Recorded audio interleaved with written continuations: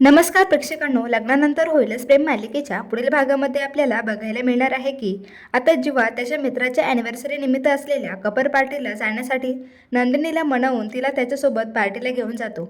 आता पार्टीला गेल्यावर जीवा त्याच्या मित्रमैत्रिणींना भेटून खूपच आनंदित असतो. त्याला आनंदित पाहून नंदिनीही खुश होते. तर आता अॅनिव्हर्सरीचा केक कटिंग झाल्यानंतर सगळे मित्रमैत्रिणी आणि त्यांचे पार्टनर कपल गेम खेळत असतात. त्यांच्यामध्ये जीवा आणि नंदिनी न्यू मॅरिड कपल असतात.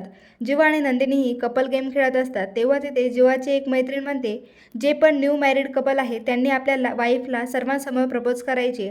जो सगळ्यात भारी प्रपोज करेल तो या कपल गेमचा विनर असेल. मग आता जीवाला सगळेजण नंदिनीला प्रपोज करायला सांगतात. तर आता जीवालाही एक चान्स भेटलेला असतो की नंदिनीसमोर त्याच्या मनातील भावना व्यक्त करण्यासाठी. तर आता जीवा मनापासून नंदिनीला म्हणतो, नंदिनी, तू माझ्या आयुष्यात आल्यावर समजलं की जीवनसाथी असणं काय असतं.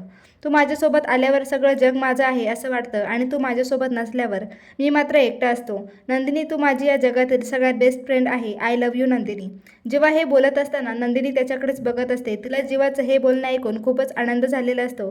ती या 5 मिनिटांसाठी पूर्णपणे जीवामध्ये हरवून गेली होती. ती ही जीवाने दिलेले गुलाब घेते. जीवाचे मित्र मैत्रिणी जोरजोरात टाळ्या वाजवत असतात.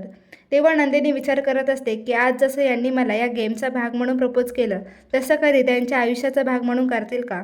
तर जेव्हाही मनातच विचार करत असतो, आज मी या गेमचा भाग म्हणून प्रपोज केलंय, पण मला तुला माझ्या आयुष्याचा भाग म्हणून प्रपोज करायचे. तू या नात्याला एक चान्स दिलास तर हे नक्कीच होईल. तर प्रेक्षकांनो, मालिकेतील हा ट्विस्ट नात्याला एक चान्स देणारा असेल. तुम्हाला हा ट्विस्ट पाहायला आवडेल का? आणि तुम्हाला जीवा नंदिनीची जोडी आवडते का? कमेंटमध्ये नक्की सांगा आणि चॅनलला सबस्क्राईब करून ठेवा, कारण मालिकेची पुढील स्टोरी खूपच इंटरेस्टिंग आहे.